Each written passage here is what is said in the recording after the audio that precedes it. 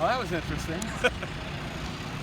I thought about the Holiday Bowl. You did. By about the early. second You quarter. kind of called it early. Yeah. 50-39 this game. They 50. scored more points. Yeah, but just one of those games that was fun to watch.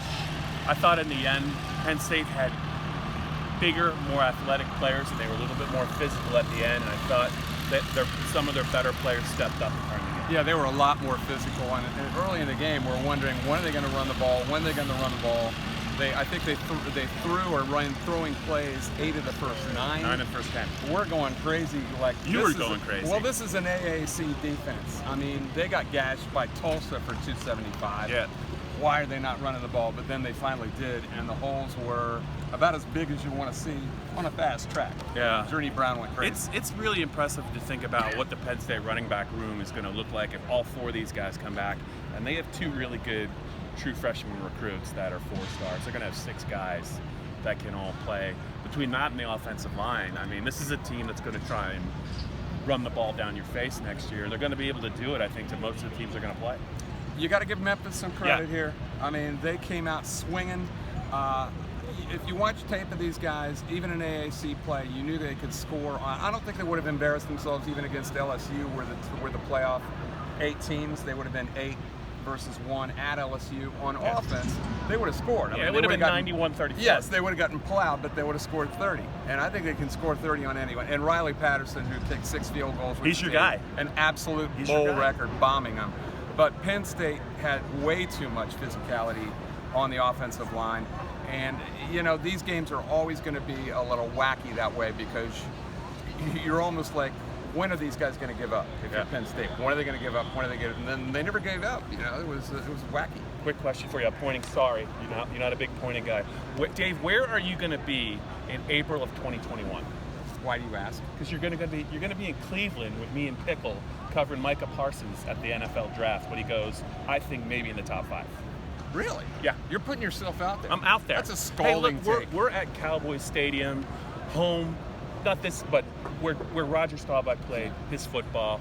It's really the mecca of football. You remember? I remember his freshman year where people were kind of complaining about him because he was thinking too much. Yeah. And you remember that? Oh, I do. And people were talking about he doesn't look like he knows where he's going. I think he knows where he's going now.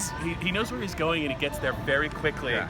And at 245, 250 pounds, he was faster than Memphis running backs all day. The play of the game was when he hit the Memphis quarterback White, though. Yeah. Brady White never knew what hit him. The ball flies up in the air when he's trying to pitch it, and Garrett Taylor runs it in. That turned the game in such a zany game. Penn State might have lost control of that, put it pretty much in complete control. You saw LeVar Arrington play up close. Micah Parsons just completed year 2. Your thoughts on comparing them? You know, LeVar was so damn big for a guy that quick. But Mike is not small. Mike is not small, but I think he's just a little bit smaller, right? So that he can fill a very specific mold that I think you would know better than I that NFL guys like, right? I mean, who would you compare him to in the NFL? He's a 3-down linebacker that can play inside and outside. He can rush the quarterback. If he ever learns to catch balls, he's going to be a force in pass coverage. In all seriousness, he's a physical player, and he doesn't take plays off. That's what I like about him. He plays hard every time he's on the field. And he was a defensive end in high school, Dave. He's playing linebacker, 2nd year. I mean, I think when it's all is said and done, if he's healthy after next year, I think he will be regarded as Penn State's most disruptive linebacker who ever played.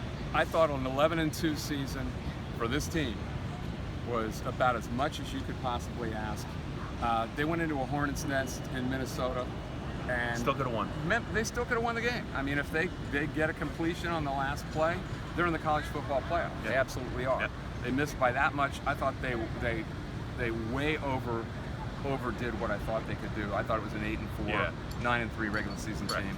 Very successful season for James Franklin. He was kind of a happy man afterward, wasn't he? Yeah, I think it's, in a lot of ways, if 2016 was the high watermark to date, this is probably a close runner-up. I thought he did a really good job, and they played a really tough schedule.